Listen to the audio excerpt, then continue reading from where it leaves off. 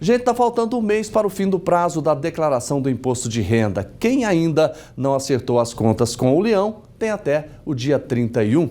Por isso nós vamos falar sobre esse assunto para tirar a sua dúvida. Nós estamos recebendo aqui a Ceni Cláudia Martins Elias, contadora, que vai conversar com a gente ao vivo agora. Tudo bem, Ceni? Seja bem-vinda. Obrigada. Quais são as principais dúvidas que as pessoas têm na hora de fazer a declaração?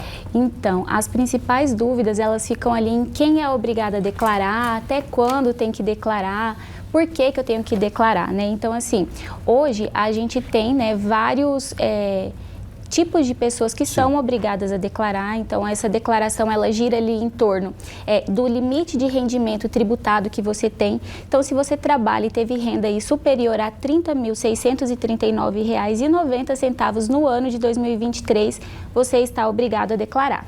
A média por mês dá quanto? Dá em torno de R$ 2.000 por mês. A gente tem aí no ano de 2023 uma diferença nessas médias porque a gente teve uma alteração na tabela no meio do ano passado. Sim. Lá em maio, junho alterou. Então essa média ela ficou comprometida, mas em torno de R$ 2.000 você já está obrigado a declarar o imposto de renda. Às vezes tem pessoas que têm duas fontes de renda e nem as duas, por exemplo, individualmente elas não chegam nesse patamar. Mas o que a pessoa deve fazer? Porque quando soma, já ultrapassa esse limite de 30 mil que você falou. Isso acontece muito com pessoas que trabalham em dois lugares com carteira assinada, enfermeira, médico. Então, assim, o que vai acontecer? Ela precisa somar essas fontes de renda e aí vai ter uma coisa que ela vai ter a sensação de estar pagando mais imposto. Porque, de maneira individual, o empregador não vai fazer a retenção do imposto de renda, porque isoladamente cada renda não é tributada do imposto de renda. Mas na hora que você somar, você vai ter que pagar o imposto. Então, lá na hora de fazer a declaração, a pessoa vai informar as duas fontes e aí o próprio programa da Receita já vai calcular esse valor e ela vai ter que pagar esse imposto. O que a pessoa pode deduzir no imposto de renda? Então, nós temos dois tipos de declaração de imposto de renda, né? A declaração completa, que é onde vem essas deduções. Então, o que a gente pode deduzir? Despesas médicas com dependentes, então filho, marido ou esposa, né? Pode ser dependente, educação, né? Então escola. Na saúde tem limite? Na saúde não tem limite. O limite está na educação e no valor do dependente, né? Que quando você vai lá e insere um dependente, esse dependente te dá uma dedução fixa, mas saúde não tem limite. Então o que entra com saúde? Teste de Covid que você fez em clínica, exames, consultas, plano de saúde, plano odontológico, tudo isso é despesa dedutível. E se a pessoa tiver uma doença crônica, um medicamento muito caro, pode deduzir o medicamento? Se essa doença crônica ela tiver listada no rol de doença que a Receita Federal, pode sim. Você tem alguns exemplos de doenças que estão nesse rol? AIDS, tem algumas, a principal são câncer. Então, tem algumas doenças que estão listadas lá, essas são as principais, mas tem uma lista de doenças. Nós estamos falando nas dúvidas agora. Ceni, qual que é o principal erro da pessoa na hora de fazer a declaração? Tá. O principal erro é ela colocar, né, valores errados.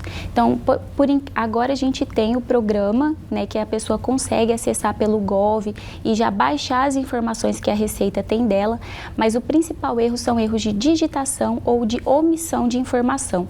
Então, a pessoa foi lá, teve uma renda, né, trabalhou às vezes picado no período ali, trabalhou de janeiro a março em um lugar e de abril a dezembro em outro lugar e ela declara só a renda da empresa que ela trabalhou mais tempo. Então, omissão de informação é o principal erro. Ceni, às vezes a pessoa faz um trabalho extra, né? Mas não emite a nota fiscal, mas a pessoa pega o CPF daquela pessoa. Esse valor também tem que ser declarado? Tem que ser declarado sim. Por quê? Isso é uma renda, então a Receita hoje ela faz cruzamentos de dados. Então, se a outra pessoa declarar e você não, você vai cair na malha fina porque você está omitindo esse rendimento. Isso acontece muito com quem recebe aluguel, né? Então, a pessoa vai lá, recebe o aluguel e não coloca na declaração. Mas a pessoa que pagou o aluguel foi lá e declarou ela. Então, ela vai cair na malha e vai ter que pagar o imposto e multa. O dinheiro de aluguel a pessoa declara? Tem que declarar. Quando ela paga, por exemplo? Sim, todos aqueles pagamentos que você faz para pessoa física, independente da natureza do pagamento, você é obrigado a declarar. Para pessoas jurídicas, empresas, você precisa só declarar aquilo que é dedutível, ou seja, saúde, educação, que aí você declara. Mas pessoa física, todos os pagamentos você tem que declarar. Senia, o prazo é até dia 31, não é isso? Isso. Chegando lá, a pessoa não deu conta de fazer, é melhor, por exemplo, ela fazer uma declaração meia boca ou não fazer?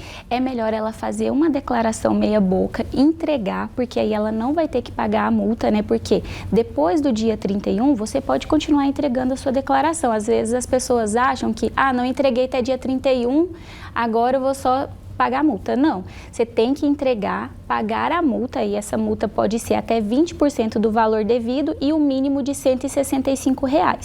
E aí você foi lá, entregou meia boca, não vai pagar a multa, aí você vai e retifica essa declaração. Retifica corrigindo as informações que você mandou errada, ou incluindo aquelas informações que faltaram. Se ele fizer essa retificação depois do dia 31, ele paga alguma multa ou não? Não paga. Não paga. Não paga. Lembrando que essa retificação tem que ser antes da Receita entrar em conferência da sua declaração. Então, já na sequência ali, você vai, corrige e retifica a sua declaração para você não ter nenhum problema com a Receita. Tá certo. Agora, você falou que tem como ter acesso a todas as informações que a Receita tem da gente. Como é que a pessoa tem esse acesso? Então, a pessoa tem esse acesso através da conta Gov. Então, ela vai baixar o aplicativo Meu Imposto de Renda, né? Lá na parte do Play Store ou da Apple, né, para poder fazer abaixo do programa, ou então dentro do programa no computador. Aí tem uma função que está lá, entrar com a conta Gov. Aí você coloca seu CPF, a senha que você cadastrou e você consegue importar todas essas informações. Tá certo. Seni Cláudia Martins Elias, contadora, obrigado por tirar as dúvidas.